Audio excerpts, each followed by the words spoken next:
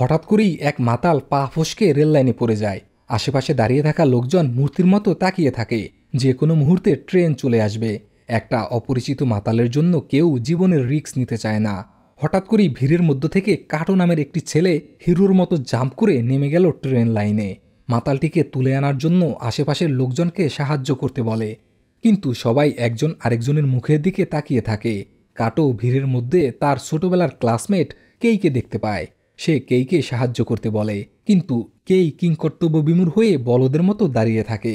কোনো উপায় না পেয়ে কাটো টেনে হিসড়ে অনেক কষ্টে মাতালটিকে প্ল্যাটফর্মের দিকে নিয়ে আসে। এর মধ্যেই ট্রেন অনেক কাছাকাছি চলে আসে। লোকজন টানাটানি করে কোনো মতে মাতালটিকে উপরে তুলে আনে, কিন্তু কাটো উপরে উঠতে পারছিল না। এই দৃশ্য দেখে কেই তাড়াতাড়ি করে কাটোকে টেনে তুলতে যায়, কিন্তু দুর্ভাগ্যবশত দুজনেই ট্রেন লাইনের মধ্যে পড়ে যায়। মুহূর্তের মধ্যেই ট্রেন তাদের দুজনকে বাটনা বেটে দিয়ে চলে যায়। সবকিছু এতটাই দ্রুত ঘটে যায়, ট্রেনে কাটা পড়ার ব্যথা বুঝতে বুঝতে তারা চলে আসে একটা অদ্ভুত সাদা রুমের মধ্যে। যেন মরার পরে পার্টি করতে কেউ একজন হোটেলে রুম বুক করে রাখছিল, রেললাইন থেকে সরাসরি 5 স্টার হোটেলে। ওই রুমের মধ্যে বেশ কিছু কনফিউজড মানুষ ছিল, সাথে একটা বিশাল কালো বলের মতো বস্তু। কেই দরজা খুলতে যায়, কিন্তু দরজা লক করা। কাটো জানালা খুলতে গেল, সেগুলোও লক করা। হঠাৎ কাটো কেইকে বলে, তোকে এত ডাকাডাকির পরেও সাহায্য করলি না কেন? সময় মতো সাহায্য করলে আজকে আমাদের কাউকেই মরতে হতো না। কেই পরিস্থিতি সামলাতে বলে, আসলে অনেকদিন দেখা সাক্ষাৎ না হওয়াতে হঠাৎ করে চিনতে পারিনি। ওদের কথা শুনে রুমের মধ্যে থাকা বাকিরাও বলে ওঠে, আমরাও আজকেই মরলাম, আর পরক্ষণেই এই রুমের মধ্যে চলে এলাম। মনে হয় আমাদের সবাইকে কোনো গ্রুপ ট্যুরে নেওয়া হবে। এর মধ্যেই ওই কালো বস্তুটা থেকে অদ্ভুত লেজার লাইট বেরোতে থাকে। লেজারের আলো মাটিতে পড়তেই সেখানে একটা ভেজা উলঙ্গ মেয়ে টেলিপোর্ট হয়ে আসে। হিরোশি নামের এক লুচ্চা বেটা মেয়েটার দিকে হা করে তাকিয়ে থাকে। কাটো তাড়াতাড়ি করে তার সোয়েটার খুলে মেয়েটার শরীর ঢেকে দেয়। এই ঘটনায় হিরোশি কাটোর দিকে এমনভাবে তাকায় যেন কাটো তার মুখের গ্রাস কেড়ে নিয়েছে। এরপর ওই কালো বস্তুটির মধ্য থেকে বাচ্চাদের ঘুম ভাঙানোর গান বেজে ওঠে, আর ডিসপ্লেতে লেখা উঠতে থাকে, তোমাদের অতীত জীবনের কথা ভুলে যাও, নতুন জীবনে কি হবে সবকিছু আমরাই ঠিক করব।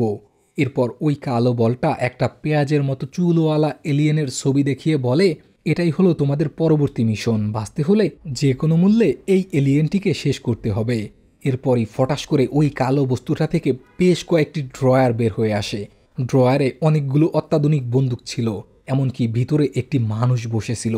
মানুষটির শরীরের বিভিন্ন অংশ ওই কালো বস্তুটির সাথে কানেক্ট করা ছিল। যদিও লোকটি জীবিত ছিল, কিন্তু কোনো নড়াচড়া করছিল না। সেখানে প্রত্যেকের জন্য আলাদা আলাদা স্যুটকেস ছিল, যেখানে একটি কালো রঙের স্পেশাল স্যুট ছিল। কেউ ওই স্যুট গায়ে দেওয়ার সাহস না করলেও কিসিমতো এগিয়ে আসে, কারণ ন্যাংটা থাকার চেয়ে ওই স্যুট গায়ে দেয়া অনেক ভালো। কেই লক্ষ্য করলো নিশি আগেই স্যুট পরে এসেছে, হুডির নিচে লুকিয়ে রেখেছে। সবাই যখন বন্দুকগুলো নেড়েচেড়ে দেখছিল, তখন হঠাৎ করেই সুজুকি বলে ওঠে, আমার স্পষ্ট মনে আছে, অ্যাক্সিডেন্টের পর আমাকে হাসপাতালে নিয়ে যাওয়ার পথে পাওয়ারফুল ঘুমের ইঞ্জেকশন দেয়া হয়। তাহলে কি এই সব কিছু একটা স্বপ্ন, নাকি কোনো অত্যাধুনিক সায়েন্স প্রজেক্ট? এর মধ্যে কাউন্টডাউন শুরু হয়ে যায়, আর সবার শরীর ধীরে ধীরে গায়েব হতে শুরু করে। এই অবস্থা দেখে ভয়ে এক একজনের অন্তরাত্মা পর্যন্ত কেঁপে ওঠে। পরক্ষণেই দেখা যায় তারা সবাই বাইরে চলে এসেছে। হিরোশি সহ বেশ কয়েকজন যখন বাড়ি চলে যেতে লাগছিল, ঠিক তখনই নিশি আসল ঘটনা বলতে শুরু করে। আসলে আমরা একটা ভার্চুয়াল রিয়ালিটি শোতে আছি, যেটার পরিচালক নিশির বাবা। বিজয়ী পাবে $1,00,000। এর মধ্যেই কেই একটা বাচ্চাকে দেখতে পায়। নিশি কনফার্ম করে এটাই পেঁয়াজ এলিয়েন, এটাই আমাদের টার্গেট। আমাদের হাতে সময় মাত্র 20 মিনিট। যে ব্যক্তি আগে গুলি করবে সেই পাবে $1,00,000। এই কথা শুনেই বেশ কয়েকজন পিচ্চিটাকে ধাওয়া করতে শুরু করে। কিসিমতো কেই আর কাটো সেখানেই দাঁড়িয়ে থাকে। কিছুক্ষণের মধ্যেই সবাই মিলে ওই পেঁয়াজ এলিয়েনের বাচ্চাটিকে চারদিক থেকে ঘিরে ফেলে। পালানোর কোনো উপায় না পেয়ে এলিয়েনটি সবার গায়ে সর্দি বোমা মেরে সেখান থেকে পালিয়ে যায়। এদিকে কেই, কিসিমতো আর কাটো ঘোরাঘুরি করে দেখে আশেপাশে কোনো জনমানবের অস্তিত্ব নেই। তারা যেন একই জায়গায় বারবার ঘুরপাক খাচ্ছে। ঠিক তখনই বাকিরা তাদের পাশ দিয়ে ঝড়ের গতিতে দৌড়ে যায়। এবার কাটো বাকিদের সাথে যোগ দেয়। কাটোর দেখা দেখি কিসিমতো। এবার পেঁয়াজের বাচ্চাটিকে ধাওয়া করতে গিয়ে সম্পূর্ণ টিমের প্যান্ট ভিজে যাওয়ার মতো অবস্থা হয়ে যায়। অনেক কষ্টে তারা এলিয়েনটিকে একটি গ্যারেজের চিপায় আটকে ফেলে। কেউ সাহস না করলেও টাকার লোভে হিরোশি বাচ্চাটির ওপর গুলি চালিয়ে দেয়। বন্দুক থেকে একটা অদ্ভুত আলো বের হয়, কিন্তু এলিয়েনটির কিছুই হয় না। খানিক বাদেই এলিয়েনটির ডান হাতটি ফটাস করে ব্লাস্ট হয়ে যায়। আসলে এটি একটি অনেক পাওয়ারফুল বন্দুক, কিন্তু কাজ করে একটু দেরিতে। সুযোগ পেয়ে এলিয়েনের বাচ্চাটি তরমুজ কাটার মতো করে সামনে থাকা 3 জনের পা কেটে দেয়। রাগের মাথায় সবাই একসাথে এলিয়েনটির ওপর গুলি চালায়। পরের মুহূর্তেই এলিয়েনটি ব্লাস্ট হয়ে সম্পূর্ণ গ্যারেজটি রক্তে লাল হয়ে যায়। সুজুকি সাথে সাথেই বমি করে দেয়। উন্মাদ হিরোশি মৃত এলিয়েনটির শরীরে আবারও গুলি চালাতে থাকে। কাটো কোনো মতে তাকে থামায়। এর মধ্যেই পেঁয়াজ হাতে ওই এলিয়েনটির বাবা সেখানে চলে আসে। বাবা এলিয়েনটি সবার আগে হিরোশির একটি পা কেটে দিয়ে তার মাথা চেপে ধরে শূন্যে তুলে দেয়। প্রচণ্ড ব্যথায় হিরোশি ছটফট করতে থাকে। এই ভয়ঙ্কর দৃশ্য দেখে 2 জন তাড়াতাড়ি গুলি চালায়, কিন্তু এলিয়েনটি সবগুলো গুলি হিরোশির শরীর দিয়ে আটকে দেয়। একটু পরেই হিরোশির সম্পূর্ণ শরীর গ্রেনেডের মতো ব্লাস্ট হয়ে যায়। এরপর একে একে এলিয়েনটি বাকি 2 জনকে ভর্তা বানিয়ে কাটোর দিকে এগোতে থাকে। চিৎকার শুনে কেই ওই গ্যারেজের কাছে পৌঁছায়। এলিয়েনটি যখনই কাটোর উপরে হামলা করবে, ঠিক তখনই কিসিমতো সুপার হিরোর মতো এলিয়েনটির ওপর আক্রমণ করে দেয়। সাথে সাথেই তার স্যুট গ্লো করতে থাকে, অর্থাৎ এই স্পেশাল স্যুটের কারণে কিসিমতো এক্সট্রা পাওয়ার আর প্রোটেকশন পাচ্ছে।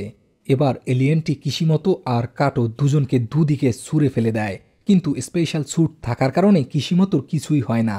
এই ভয়ঙ্কর পরিস্থিতি দেখে কেই তাড়াতাড়ি গাড়ির আড়ালে লুকিয়ে হাতের সুটকেসটি খোলে, কিন্তু সুটকেসের ভিতরে কিছুই ছিল না। এদিকে কেইকে খুঁজতে খুঁজতে এলিয়েনটি একেবারে গাড়ির কাছে চলে আসে। কোনো উপায় না পেয়ে কেই তার হাতে থাকা সুটকেস দিয়ে এলিয়েনটির মাথায় ধাম করে মারে। সুটকেসের আঘাতে খুব বেশি ব্যথা না পেলেও এলিয়েনটি ভয়ঙ্কর এক হুঙ্কার ছাড়ে। ওই হুঙ্কারে আশেপাশে থাকা সকল কাচের বাল্ব, বাতি সবকিছু ভেঙে গুড়িয়ে যায়। সৌভাগ্যবশত কেই এর ভবলীলা সাঙ্গ করার আগেই এলিয়েনটি বন্দী হয়ে যায়। দেয়ালের পাশ থেকে দৃশ্যমান হয়ে ওঠে নিশি। আসলে এলিয়েনটিকে বন্দী করার মোক্ষম সুযোগের অপেক্ষাতেই নিশি স্যুটের পাওয়ার ব্যবহার করে এতক্ষণ অদৃশ্য হয়েছিল। নিশি কেইয়ের হাতে বন্দুক তুলে দিয়ে বলে, তোমার সাহসিকতায় আমি মুগ্ধ। এই পয়েন্ট তুমিই ডিজার্ভ করো। নাও, মালটার ভবলীলা সাঙ্গ করে দাও। কেই এলিয়েনটির দিকে বন্দুক তাক করলেও সাহস করে গুলি চালাতে পারে না। বাধ্য হয়ে নিশি বন্দুক হাতে তুলে নেয়। পরের মুহূর্তেই এলিয়েনটির ছিন্ন ভিন্ন দেহ রাস্তায় ছড়িয়ে ছিটিয়ে যায়। আর আরও একবার তাদের সবাইকে ওই সাদা রুমের মধ্যে টেলিপোর্ট করে আনা হয়। কিন্তু অদ্ভুত বিষয় ছিল, কারো গায়ে কোনো ধরনের আঘাতের চিহ্ন ছিল না।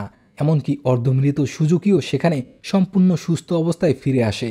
কনফিউশন দূর করার জন্য নিশি সবাইকে বলে, তোমরা যতই মারাত্মক আহত হও না কেন, মিশন শেষ হওয়া পর্যন্ত সম্পূর্ণ মারা না গেলে এখানে সম্পূর্ণ সুস্থভাবে ফিরে আসবে। এই গোল বলটার নাম গ্যান্টোজ। এখন থেকে এটাই আমাদের জীবন মৃত্যু সব কিছু কন্ট্রোল করবে। কাউন্টডাউন শেষ হলে গ্যান্টোজ সবাইকে যার যার পয়েন্ট বুঝিয়ে দেয়। এলিয়েনটিকে মারার কারণে 5 পয়েন্ট পেয়ে নিশির পয়েন্ট এখন 79। বাকিদেরকে 0 পয়েন্টের সাথে বোনাস হিসেবে কিছু গালি দেয়া হয়। এরপর আজকের মিশনের মৃতদের তালিকাসহ এতদিনে মারা যাওয়া সকল মৃতদের লম্বা এক তালিকা দেখানো হয়। পরদিন সকালে নিজের বিছানাতেই কেইয়ের ঘুম ভাঙে। আশেপাশের সবকিছু একদম স্বাভাবিক। কেই মনে মনে ভাবে এই সবকিছু নিশ্চয়ই কোনো ভয়ঙ্কর দুঃস্বপ্ন ছিল।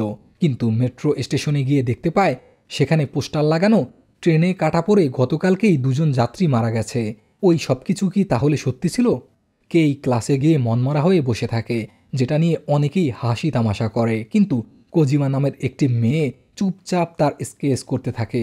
কোজিমা হয়তো মনে মনে কেইকে পছন্দ করে।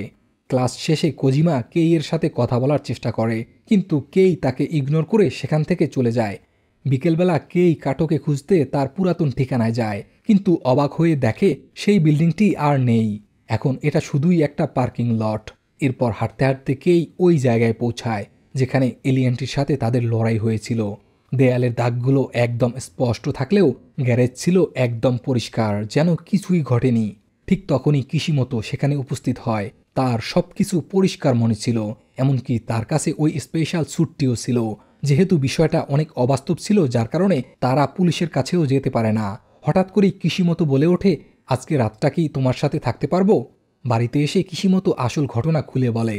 এতদিন সে তার প্রেমিকের সঙ্গেই থাকত, কিন্তু ব্রেকআপের কষ্ট সহ্য করতে না পেরে বাথটাবের মধ্যেই হাতের শিরা কেটে আত্মহননের চেষ্টা করে। ফলাফলস্বরূপ পৌঁছে যায় গ্যান্টোজের আস্তানায়। তার কাছে এখনও কাটোর দেয়া জ্যাকেটটি ছিল। জ্যাকেটটি নাড়াচাড়া করতেই পকেট থেকে একটি ডায়েরি বের হয়ে আসে।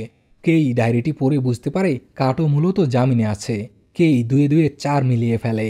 যেহেতু কাটোর বাবা মদখোর মাতাল এবং অত্যাচারী ছিল, যার কারণে জেলে যাওয়াটা কাটোর জন্য নিশ্চয়ই স্বাভাবিক বিষয়। এদিকে স্বপ্নের মধ্যে এলিয়েন শিশুটির মৃত্যুর ভয়ঙ্কর দৃশ্য দেখে কাটো ঘুম থেকে লাফিয়ে উঠে যায়। সে ফ্রেশ হওয়ার জন্য ওয়াশরুমে গেলে তার ছোট ভাই আইমু জিজ্ঞেস করে, কি হলো ভাইয়া, এভাবে হুড়মুড় করে ঘুম থেকে উঠলে কেন? কাটো আসল ঘটনা চাপিয়ে রেখে ছোট ভাইকে ঘুমাতে পাঠিয়ে দেয়। আইমু চলে যাওয়ার সাথে সাথেই আবারও সেই লেজার লাইট তাকে গ্যান্টোজের আস্তানায় নিয়ে আসে। সেখানে গত মিশনে বেঁচে যাওয়া সবাই উপস্থিত ছিল, এমনকি আরও নতুন কয়েকজনকে আনা হয়। একটা সুন্দরী মেয়ে, একটা বয়স্ক মহিলা আর তার কোলে কান্নারত একটা বাচ্চা ছেলে। গ্যান্টোজ আজকেও গতদিনের মতো মিউজিক বাজিয়ে নতুন মিশনের ডিটেল উপস্থাপন করে। আজকের টার্গেট তানাকা এলিয়েন। তখনই নিশি তার চিরাচরিত ঠান্ডা গলায় বলে ওঠে, গ্যান্টোজের হাত থেকে পালানো অসম্ভব। একজন মরলে তার জায়গায় আরেকজনকে আনা হয়।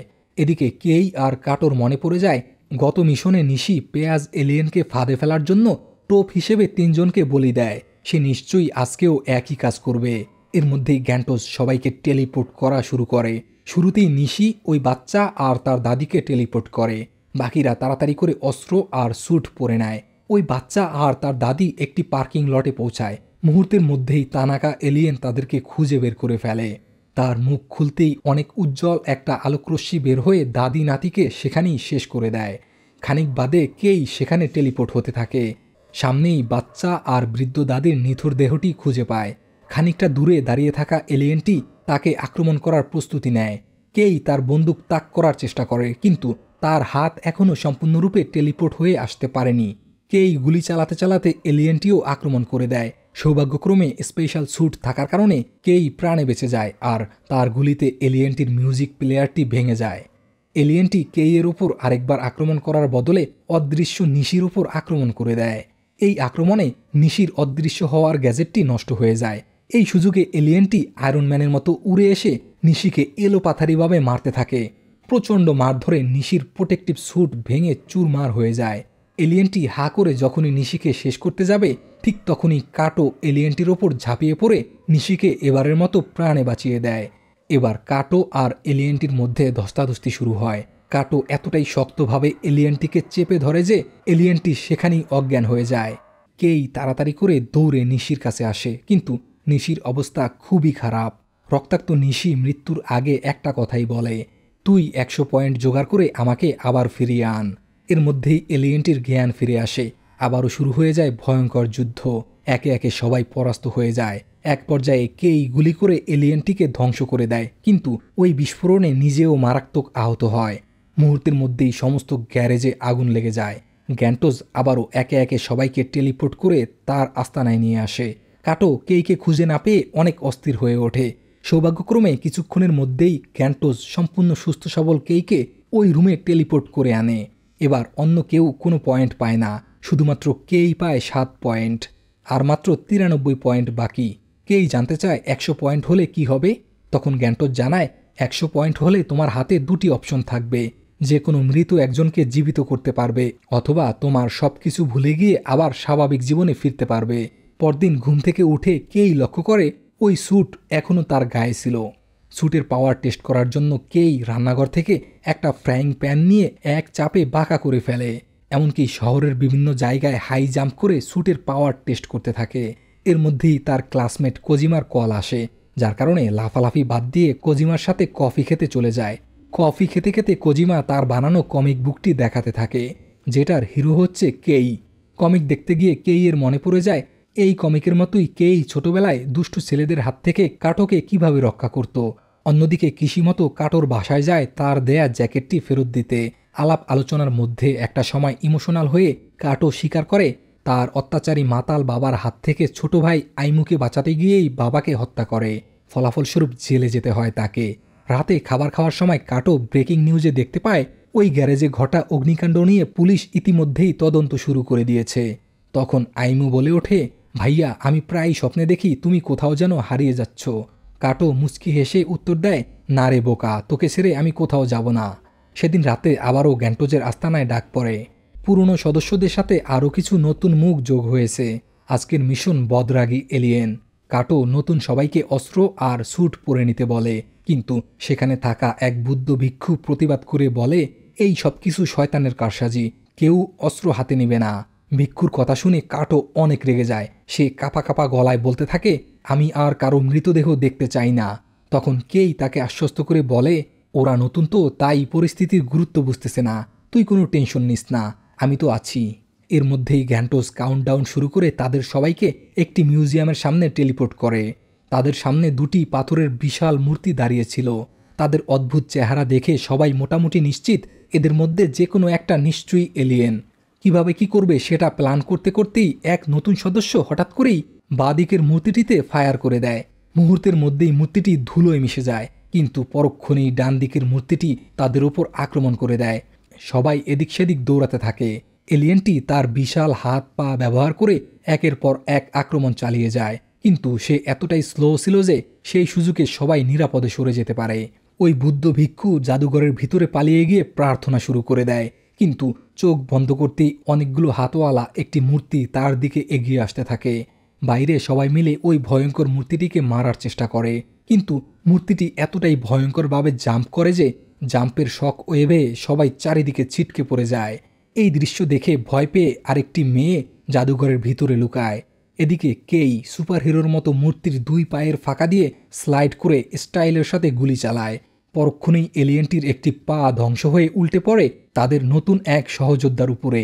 যদিও পরক্ষণেই গুলি চালিয়ে কেই ওই এলিয়েনটিকে হত্যা করে, কিন্তু ওই সহযোদ্ধা সেখানেই মারা যায়। অন্যদিকে গ্যান্টোস তাদেরকে টেলিপোর্ট করার বদলে টাইমার রিসেট করে দেয়। এর মধ্যেই জাদুঘরের ভিতরে লুকিয়ে থাকা ওই মেয়েটি রক্তাক্ত অবস্থায় বাইরে বেরিয়ে আসে। সবাই বুঝে যায় ভিতরে নিশ্চয়ই আরও এলিয়েন বাকি আছে। কেই, কাটো আর কিশিমতো ভেতরে যায়। তারা ভিক্ষুর ক্ষতবিক্ষত মৃতদেহ খুঁজে পায়। হঠাৎ করেই ওই অনেকগুলো হাতওয়ালা মূর্তিটি কেইকে আক্রমণ করে। কেই তার বন্দুক দিয়ে আটকাতে গেলে সেটিও পড়ে যায়। এই সুযোগে এলিয়েনটি কেইকে একের পর এক ছুরিকাঘাত করে রক্তাক্ত করে দেয়। কাটো তাকে টেনে সরিয়ে নিয়ে বলে, এবার আমার পালা। ছোটবেলায় স্কুলে তুই আমাকে রক্ষা করতি, আজ আমি করব। এরপর কাটো আর এলিয়েনটির মধ্যে যুদ্ধ শুরু হয়। হঠাৎ করে এলিয়েনটি বলতে শুরু করে, তোমরাই প্রথম আমাদেরকে হত্যা করা শুরু করো, আমি এর কঠিন প্রতিশোধ চাই। এলিয়েনটির কথায় প্রভাবিত হয়ে কাটো তার বন্দুক নিচে নামিয়ে ফেলে, কিন্তু সেই সুযোগে এলিয়েনটি আবারও আক্রমণ করে কাটোকে শেষ করে দিতে যায়। ঠিক সময়ে ঝাঁপিয়ে পড়ে কিশিমতো কাটোকে রক্ষা করে। দুর্ভাগ্যবশত এলিয়েনের তলোয়ারের আঘাত থেকে বাঁচাতে পারে না নিজেকে। কাটোর কোলে ঢলে পড়ে কিশিমতোর দেহ। শেষবারের মতো কাটোকে চুমু দেওয়ার চেষ্টা করে, কিন্তু ঠোঁটে ঠোঁট লাগার আগেই প্রাণবায়ু ত্যাগ করে কিশিমতোর দেহ। ক্রোধে উন্মাদ হয়ে কাটো আবার এলিয়েনটিকে আক্রমণ করে, কিন্তু শক্তিশালী এলিয়েনটির তলোয়ারের আঘাতে ক্ষতবিক্ষত হয়ে যায় কাটোর দেহ। এলিয়েনটি কাটোর দেহটা কেইয়ের দিকে ছুঁড়ে ফেলে দিয়ে বলে, অনেক সহ্য করেছি তোমাদের অত্যাচার, এবার আমার পালা, সব কিছু ধ্বংস করে দিব। বন্ধুর নিথর দেহ দেখে কেইয়ের মাথায় রক্ত উঠে যায়। সে শুটের সর্বোচ্চ পাওয়ার ব্যবহার করে আক্রমণ চালায়, কিন্তু এলিয়েনটি এই আক্রমণও প্রতিহত করে দেয়। কেই লাফিয়ে সেখান থেকে সরে গিয়ে কোনো মতে প্রাণ বাঁচায়। ঠিক তখনই তার নজর পড়ে রেলিংয়ের মধ্যে আটকে থাকা বন্দুকের ওপর। কেই আরও বেশ কয়েকটি জাম্প করে এলিয়েনের তলোয়ারকে ফাঁকি দিয়ে হাতে তুলে নেয় বন্দুকটি। এবার আর কোনো রকম দেরি না করে গুলি চালায় এলিয়েনটির ওপর। যদিও হাতে থাকা তলোয়ারগুলো দিয়ে এলিয়েনটি আক্রমণ ঠেকানোর চেষ্টা করে, কিন্তু বিস্ফোরণে সবগুলো তলোয়ার ছিন্ন বিচ্ছিন্ন হয়ে যায়। এর পরের মুহূর্তেই এলিয়েনের হাত থেকে একটা বুদ্ধ মূর্তি মাটিতে পড়ে যায়। সাথে সাথেই বড় হতে থাকে বুদ্ধ মূর্তিটি। মূর্তিটি এতটাই বড় হয় যে জাদুঘরের ছাদ ভেঙে বের হয়ে আসে আর হাতে তুলে নেয় কেইকে। মূর্তিটি দুই হাতে পিষে কেইকে মারার চেষ্টা করে, কিন্তু দৌড়ে পালাতে থাকে কেই। হঠাৎ পেছন থেকে কাটোর চিৎকার শুনে কেই। কাটো তার দিকে একটি বন্দুক ছুঁড়ে মারে। বন্দুক হাতে পেতেই একের পর এক গুলি ছুটতে থাকে। এলোপাথারি গুলিতে বুদ্ধ মূর্তিটির ডান হাত ধ্বংস হয়ে যায়, কিন্তু তাতেও থামে না। হা করে গিলে ফেলে কেইকে। কেইও কম যায় কিসে, মুখের ভিতর থেকেই একের পর এক গুলি চালাতে থাকে।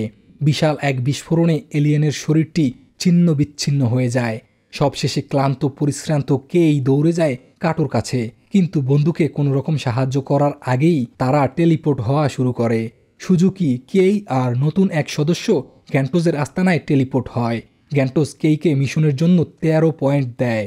তারপর মৃতদের তালিকা আপডেট করে। কেই তার একমাত্র বন্ধুকে মৃতদের তালিকায় দেখতে পেয়ে কান্নায় ভেঙে পড়ে। বারবার চিৎকার করে বলতে থাকে, আমার বন্ধুকে ফিরিয়ে দাও, তখন গ্যান্টোস ঠান্ডা গলায় জানিয়ে দেয় বন্ধুকে ফেরত পেতে 100 পয়েন্ট লাগবে, সবে তো মাত্র 20 পয়েন্ট হলো। পরদিন রেল স্টেশনে কোজিমা লক্ষ্য করে কেই আজকে অদ্ভুত রকমের চুপচাপ। সে এগিয়ে এসে জিজ্ঞেস করে, তুমি কি ঠিক আছো? কেই কোনো জবাব না দিয়ে ফ্যাল ফ্যাল করে তাকিয়ে থাকে। ঠিক তখনই এক পিচ্চি কান্নাকাটি শুরু করে দেয়। তার শখের টুপিটি রেল লাইনে পড়ে গেছে। যে কোনো মুহূর্তে ট্রেন চলে আসবে, যার কারণে কেউ টুপি তোলার সাহস করে না। কিন্তু কেই এক মুহূর্তও না ভেবে রেল লাইনে লাফিয়ে পড়ে টুপিটি তুলে দেয় বাচ্চাটির হাতে। ঠিক তখনই অ্যানাউন্স করা হয় যে কোনো মুহূর্তে রেলগাড়ি প্ল্যাটফর্মে প্রবেশ করবে। কেই উপরে উঠে আসার বদলে রেল লাইনেই দাঁড়িয়ে থাকে। সৌভাগ্যক্রমে ট্রেন কেইকে আঘাত করার আগেই কোজিমা এক ঝটকায় তাকে টেনে উপরে তুলে নিয়ে আসে। সে কাঁদতে কাঁদতে বলে, তুমি জানো আমি তোমাকে কতটা ভালোবাসি? তুমি মরে গেলে আমার কি হবে? কেই কোজিমার ভালোবাসার মর্ম বুঝতে পেরে তাকে বলে, আমিও আর মরতে চাই না, কথা দিচ্ছি আমি বাঁচব। সেদিন সন্ধ্যাবেলাতেই কেই কাটোর ছোট ভাই আইমুর সাথে দেখা করতে যায়। সেদিন রাতে আবারও গ্যান্টোজের আস্তানায় ডাক পড়ে। সেখানে উপস্থিত ছিল সুজুকি সহ আরও বেশ কয়েকজন নতুন সদস্য। হঠাৎ গ্যান্টোজের গানটি বেজে ওঠে আর পরক্ষণেই দেয়া হয় নতুন মিশনের ঘোষণা। ঠিক সেই সময়ে ধ্বংস হওয়া জাদুঘরের বাইরে পাবলিকের ভিড়ের মধ্যে দাঁড়িয়ে থাকতে দেখা যায় কাটোকে। এখানেই মুভিটি শেষ হয়। মুভিটির পরের পর্ব দেখতে চাইলে অবশ্যই কমেন্টে জানাবেন। ধন্যবাদ সবাইকে।